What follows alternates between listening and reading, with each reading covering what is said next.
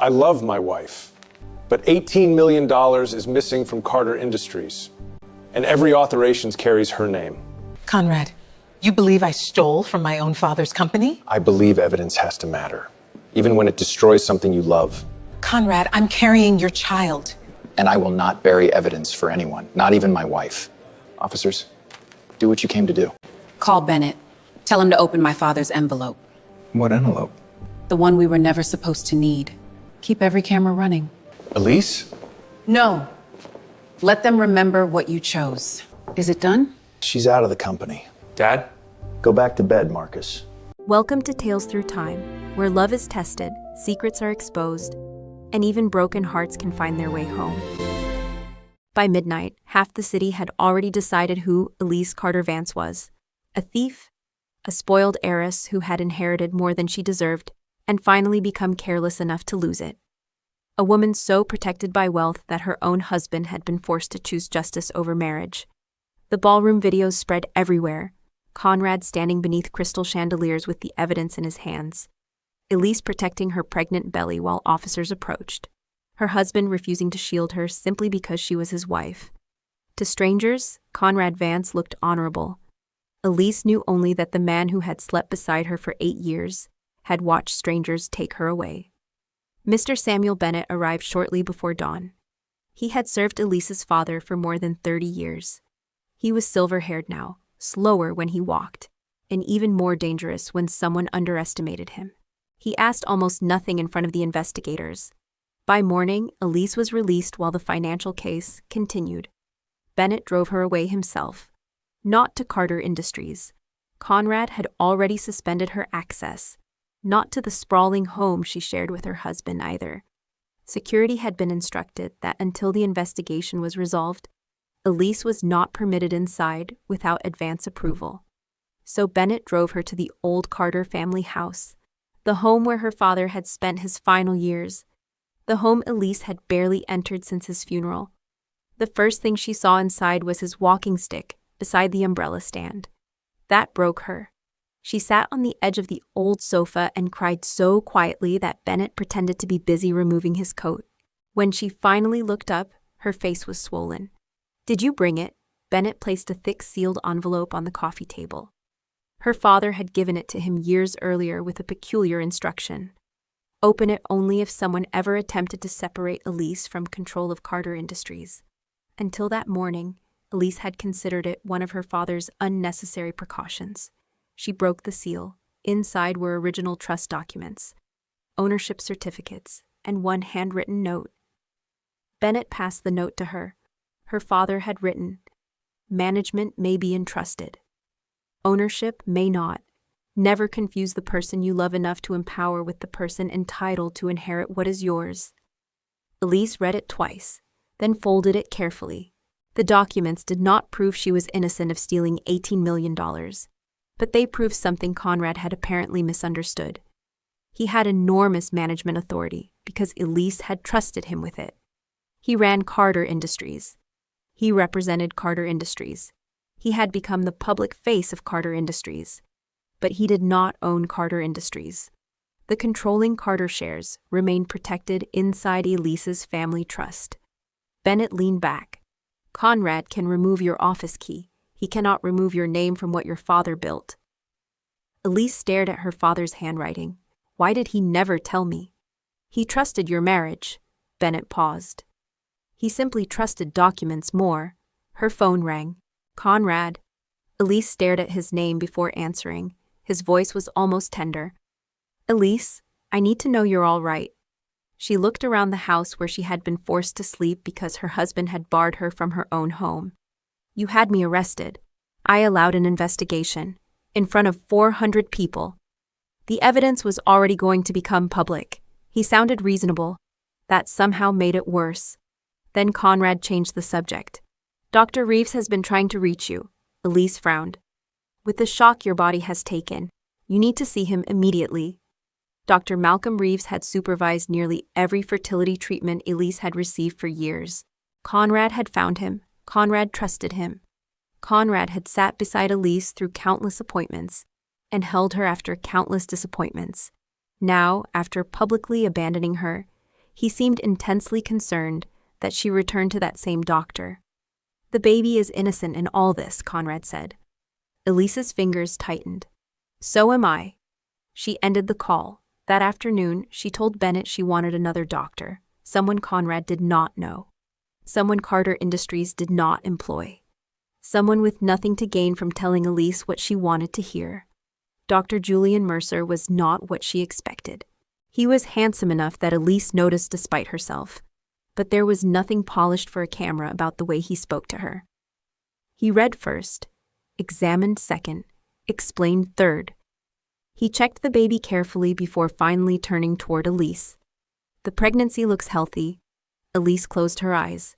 "Healthy?" "Right now, very." She laughed once through tears. Julian gave her time before continuing. Then he turned back to the large medical file she had brought. "Mrs. Vance, were all these earlier fertility treatments managed by Dr. Reeves?" "Yes." "Your husband attended?" "Almost every important appointment." Julian nodded slowly. "There are a few decisions here I'd like another specialist to review with me." Elise stiffened. "Why?" "I don't want to frighten you based on incomplete information. After the week I've had, you'll have to try harder than that." For the first time, Julian almost smiled. Then his expression became serious again.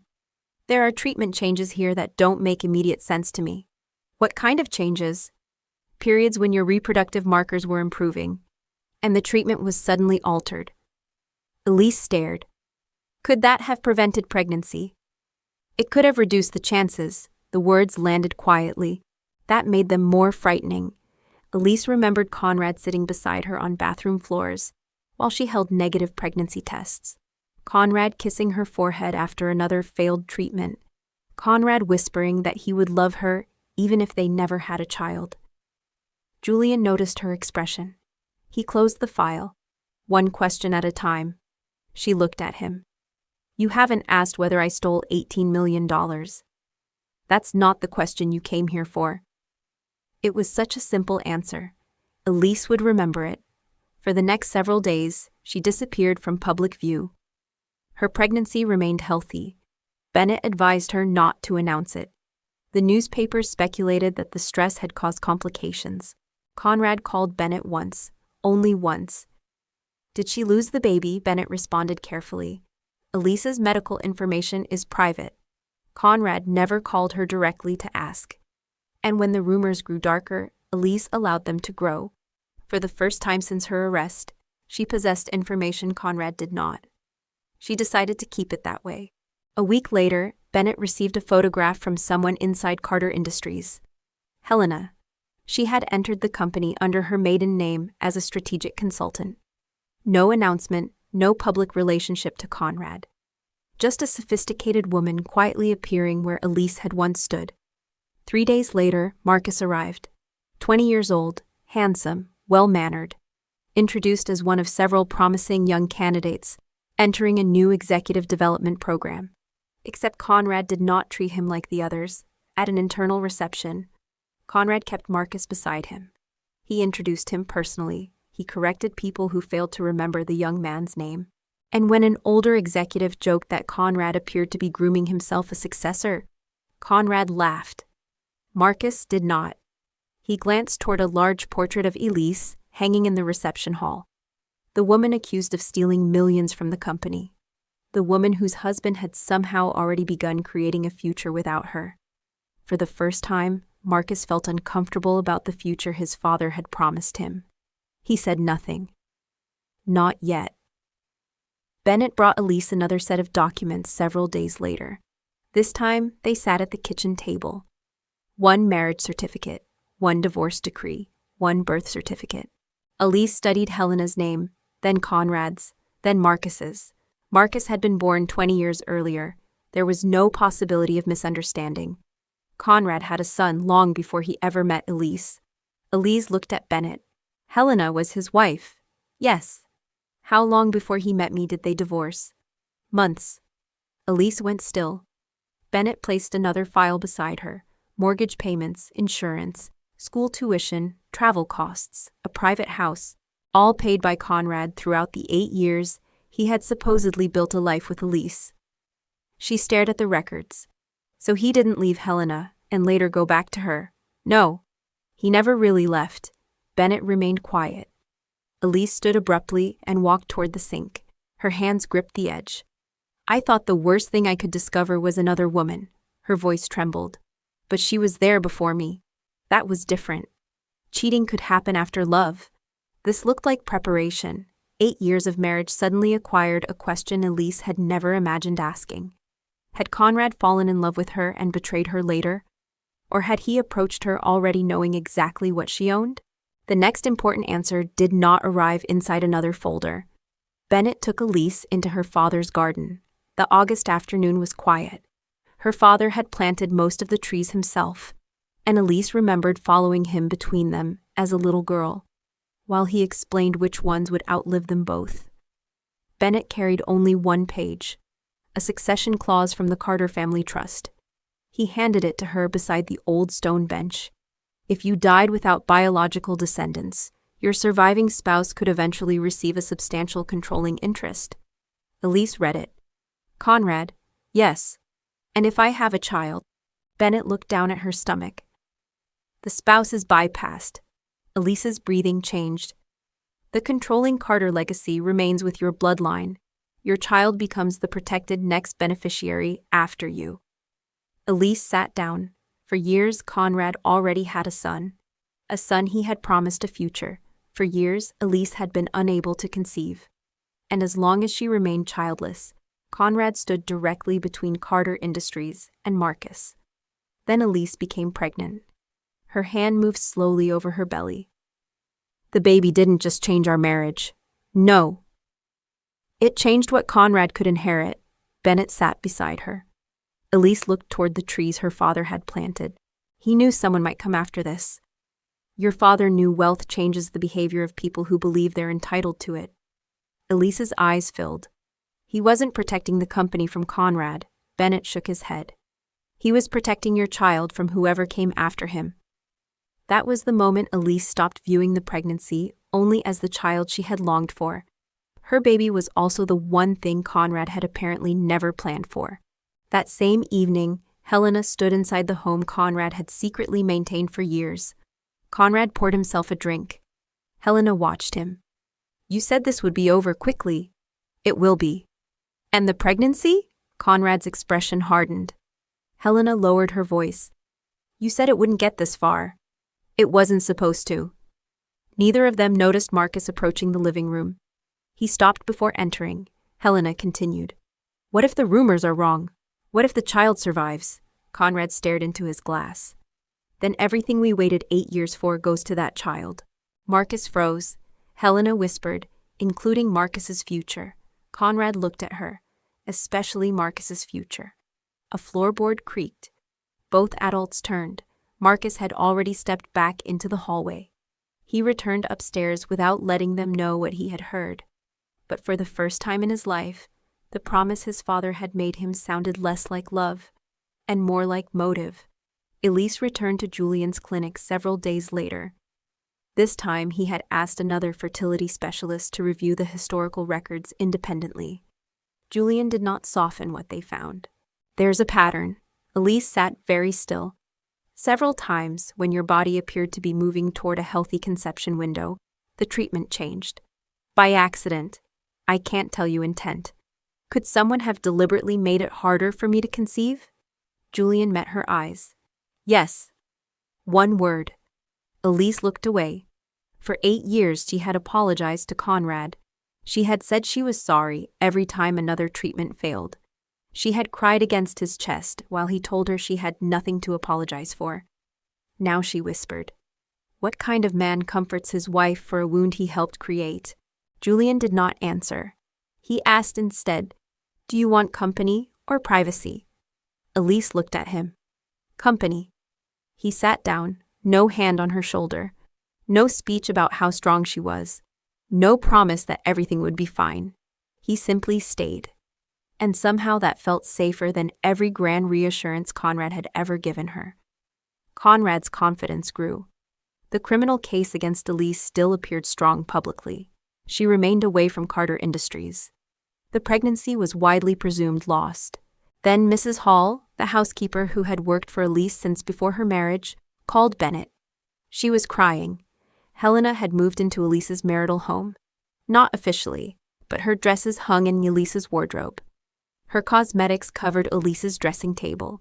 She had instructed staff to remove several portraits of Elise's parents from the downstairs hall, because they made the house feel dated. When Bennett told Elise, he expected fury. She gave him none. Let her stay. Elise, if Conrad thinks I'm finished, I want him comfortable. Bennett studied her. Something had changed. Conrad had spent 8 years learning how Elise behaved when she loved him. He had no idea how Elise behaved when she stopped. Conrad tried to push Marcus further into Carter Industries. He arranged for him to attend a major donor luncheon. Marcus refused. Conrad called him into the study that evening. You wanted this opportunity. I wanted to learn. And now you are. Marcus looked at his father. Why does everyone keep acting like Mrs. Vance is already gone? Conrad's expression cooled. Because she made choices. Marcus remembered the conversation he had overheard. Did she? Conrad stared at him. Marcus looked away first, but the question had been asked. And Conrad noticed. So did Helena. That night, she moved several private files from her study into a locked cabinet. Marcus saw her do it. 2 days later, Helena left hurriedly for a meeting. The cabinet remained unlocked. Marcus told himself he was only trying to understand. Then he found a folder with his own name on it. Inside was a succession plan, prepared before Conrad married Elise. Marcus's entire future at Carter Industries had been mapped years earlier. He found another folder, payments to Dr. Malcolm Reeves. Not hospital bills, not treatment expenses, private consulting payments from one of Conrad's personal companies. Then another, Halcyon Holdings, a company controlled by Helena. Marcus scanned the transaction history. $18 million. His hands began to shake. Helena came home before he could leave. She saw the open cabinet, then the folder in his hands. What is Halcyon? Her face changed. Give me that. Did Elise know about us? Marcus. You told me she knew. She knew your father had a past. That's not what you told me. Helena reached for the file. He pulled it away. What did Dad do? Everything your father did was for this family. What did he do? Helena's composure broke. He made sure you would not spend your life watching another woman's child inherit what should have been yours. Marcus stared at his mother. Another woman's child. Elise's child. The child his father had just said was never supposed to get this far. Marcus stepped backward. You knew. Helena's silence answered him. That was the night Conrad lost the son he claimed he had done everything to protect. He simply didn't know it yet. Marcus arrived at the Carter family house the following afternoon. Bennett nearly refused to let him inside. Elise stopped him. She was sitting in her father's garden. Marcus walked toward her, then saw her stomach. The baby was still there, his face drained of color. He thinks you lost it. Elise said nothing. Marcus placed the folders on the table. My whole life. He told me Carter Industries would be mine someday. Elise looked at the 20-year-old standing in front of her. I thought you knew about my mother. I thought everybody had agreed to something complicated that nobody talked about. His voice cracked. I didn't know you were the only person who didn't know. Elise opened the Halcyon folder. Marcus continued. I think my father ruined your life for me. She looked up. No. Marcus frowned. Your father ruined my life for himself. She glanced at the documents. He just used your name to make it sound noble. Marcus's eyes filled. That was the first time anyone had separated him from his father's crimes. And it changed something in him. The Halcyon records were straightforward. Money connected to the missing Carter funds had moved into the company Helena controlled. The Reeves payments were more complicated, but years of private consulting payments from Conrad to the doctor who had supervised Elise's failed fertility treatment were impossible to ignore. Bennett asked investigators to reopen everything quietly. No public announcement, no triumphant press conference. Elise wanted Conrad exactly where he was, comfortable, certain, careless. Once investigators knew where to look, the $18 million no longer appeared to have vanished. Halcyon Holdings had received funds connected to the missing money.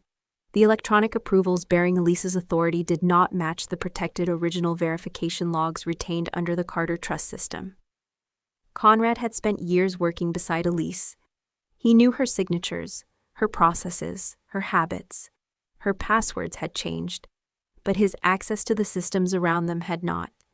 The evidence had looked perfect, because it had been created by someone who knew exactly what perfect evidence against Elise should look like. Dr. Reeves was questioned about the private payments. He immediately retained counsel. That was not proof of everything Elise feared. But it was enough to begin exposing the medical relationship Conrad had spent years keeping invisible. The false case against Elise started collapsing from both ends. Money and motive. Julian eventually gave Elise better news. The baby was thriving. Elise smiled. Then he closed her file. Dr. Patel will take over your pregnancy care. Elise's smile faded. Why? Julian hesitated. Because somewhere along the way, I stopped looking forward to seeing you only because you were my patient. She stared at him. He continued before she could answer. You've had enough people blur boundaries because it benefited them. I won't. Are you disappearing? No. Then what are you doing? Giving you the chance to decide whether you want me in your life when I'm no longer responsible for your medical care. Elise looked at him for a long moment. And if I decide I do? Julian smiled. Then I'd like to hear it when you don't owe me anything. That was the moment Elise understood what had been growing between them. Not rescue, not gratitude, safety, and possibility. Conrad announced the Carter Legacy Dinner 2 weeks later, a private celebration of continuity, family stewardship, and the next generation. He chose Carter Legacy Hall deliberately. The grand estate where Elise's father had hosted company anniversaries for decades. Helena would attend openly. Marcus was expected to stand beside Conrad. Conrad planned to present a new direction for Carter Industries, while Elise remained publicly disgraced and absent. He believed the pregnancy was gone. He believed the criminal case still controlled her. And he believed Marcus would eventually inherit everything. 2 nights before the dinner, Conrad visited Elise. He found her alone in her father's sitting room. For one dangerous second, seeing him standing there made 8 years of memory rush back. Then Conrad placed papers on the table. I can still protect you, Elise almost laughed. From what you did to me, he ignored that. If you admit financial negligence rather than theft, I can stop this from becoming much worse. What do I sign? A confidentiality agreement. A statement accepting responsibility for inadequate oversight, and continued management control of Carter Industries in Conrad's hands while the case was resolved. Elise slowly returned the papers. You still need my signature. Conrad's eyes narrowed. This is about keeping the company stable. No, this is about discovering that you never owned what you thought you stole. He studied her. She had said too much, but not enough. Conrad gathered the papers. You're making this harder than it has to be. Elise smiled faintly. No, Conrad. Her hand rested over the child he believed was gone. You are. He left without understanding why. The Carter Legacy Dinner began beneath enormous portraits of the Carter family.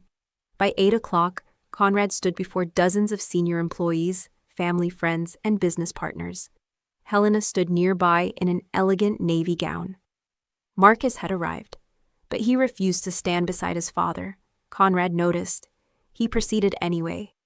Every generation inherits 2 things, he told the room. What came before, and the responsibility to protect what comes next.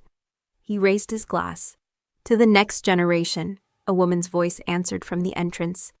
Then perhaps the next generation should be here. The room turned. Elise stood beneath the archway, alive, elegant, and unmistakably pregnant. Her emerald gown curved around the child Conrad believed was gone. Helena stared at Elise's stomach. Marcus closed his eyes briefly. Conrad's glass lowered. Elise? She walked forward. Bennett followed several steps behind. Julian entered later but remained near the rear of the room. Elise did not arrive holding his hand. This was not the scene where another man rescued her. It was the scene where Elise came home. Conrad finally spoke. You shouldn't be here. Elise stopped. That sentence has become very expensive for you. Bennett placed a document case on the table. Conrad stared at it. The envelope, Elise said. Bennett removed the original Carter Trust instruments. The controlling Carter shares remained solely with Elise Carter Vance. Conrad shook his head. I have transfer documents. You have copies, Bennett replied. The trust requires witnessed originals for any transfer of controlling interest. He placed the protected originals beside Conrad's documents. No originals exist because Elise never transferred ownership. Elise looked at Conrad. You ran my father's company because I loved you enough to trust you. She stepped closer.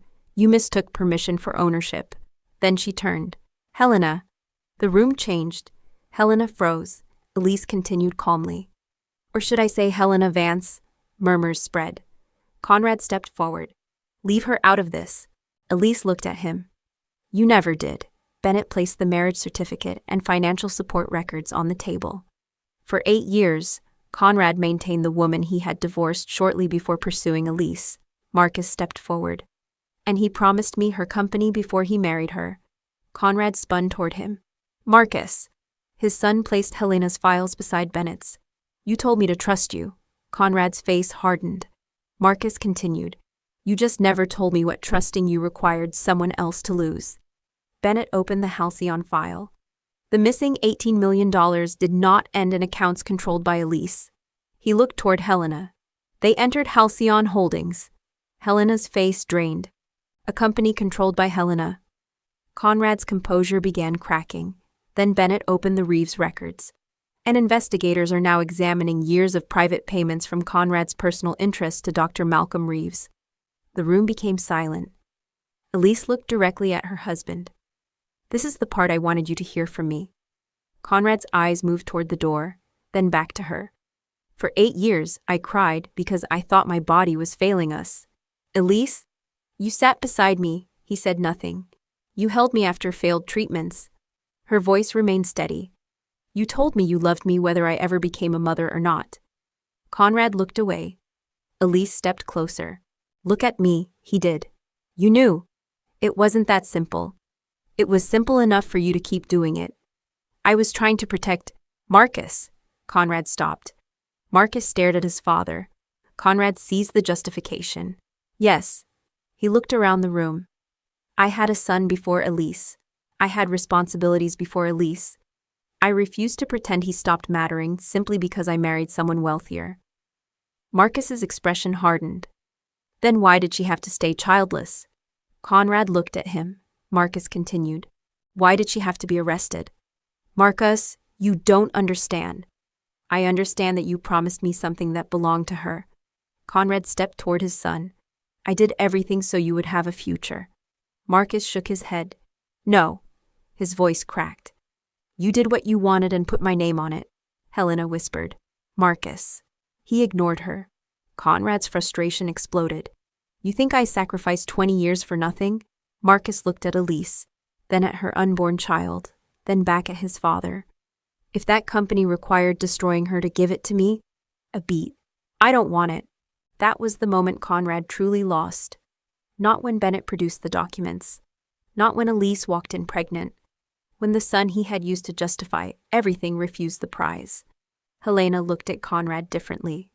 Perhaps she finally understood something Elise had learned too late. A man who could construct an 8-year marriage around deception was not loyal to either woman. He was loyal to the future he wanted. Conrad turned toward Elise. His voice softened. Whatever you think about how this began, it changed.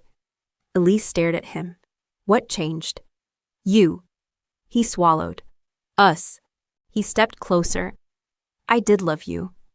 Elise's eyes filled. Conrad continued desperately. Maybe not at first, maybe not for the reasons you deserved, but eventually, Elise, I loved you. She whispered. Eventually? The word destroyed whatever remained. Then the doors opened. Investigators entered. The atmosphere shifted instantly. The criminal case against Elise had formally collapsed that afternoon. The original Carter verification records, Halcyon transactions, and evidence of manipulated authorizations had redirected the investigation. Conrad looked toward the officers. For the first time, he understood the scene. It was the ballroom again, only reversed. Elise? She did not tell them to arrest him. She did not smile. She simply stepped out of their path. Conrad looked at her desperately. 8 years has to mean something. Elise held his eyes. It does. Hope appeared for half a second. Then she removed her wedding ring. It taught me the difference between being loved and being useful.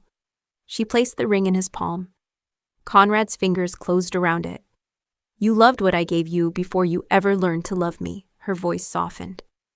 And by the time you learned, you had already destroyed the woman who believed you. The officers approached. Conrad was escorted from Carter Legacy Hall beneath the portrait of the man whose daughter he had spent 8 years underestimating. Helena left later for questioning concerning Halcyon Holdings and the financial scheme. Marcus remained. He stood alone beside the table until Elise approached. I'm sorry you didn't make their choices. I benefited from them. You don't have to keep doing that. Marcus looked at her. For the first time in his life, nobody was promising him an empire, and strangely, it was the first future that truly belonged to him. 3 months later, Elise Carter gave birth to a healthy baby girl. The criminal allegations against her had been formally withdrawn. The missing money was recovered. Conrad was permanently removed from Carter Industries and faced charges connected to fraud, conspiracy, and the fabricated records used against Elise. Dr. Reeves became the subject of a separate investigation concerning Elise's fertility treatment. Helena's role in Halcyon Holdings brought consequences of its own. Elise did not respond by becoming another Conrad. She appointed an independent professional executive team to manage Carter Industries. She remained owner and chair. Her father had spent years building a legacy. Elise finally understood that protecting it did not require allowing it to consume her life. Marcus walked away from the inheritance Conrad had planned for him. His relationship with Elise did not magically become family overnight. It became something slower, more honest. He visited occasionally. He asked before coming. He expected nothing, and Elise never punished him for the sins committed in his name. Julian kept his promise too. He did not rush her. He never asked her to prove she trusted him. He simply remained present after he was no longer her physician. Several weeks after the baby was born, Julian arrived at the Carter home, carrying one small gift. Elise made him wash his hands twice before touching the baby. He obeyed without complaint. The little girl settled against his chest almost immediately. Elise watched from across the sitting room. Julian noticed. Don't be impressed. She raised an eyebrow. Babies are famously poor judges of character. Elise laughed, a real laugh. Later, they walked outside, beneath the trees her father had planted. Elise watched the branches move in the evening breeze. I don't know how long it will take me to trust someone again. Julian did not say, trust me. He did not say, I'm different. He simply answered, then take as long as you need. Elise turned toward him. And if it takes years? Julian smiled. I didn't ask for a deadline. A year later, the Carter garden looked nothing like the future Conrad had once planned. A little girl took uncertain steps across the grass. Marcus visited without any expectation of inheritance, and Julian stood close enough to catch Elise's daughter if she fell, but never so close that Elise could not reach her first. For 8 years, Conrad had believed Elise's child would steal his future. He never understood that the future had never belonged to him. It belonged to the woman he had underestimated, the child he had tried to prevent, and the life Elise finally chose for herself. Conrad taught Elise what happened when love became possession. Julian showed her something quieter. Real love did not ask her to surrender her name, her choices, her inheritance, or herself. It simply made room beside her, and stayed.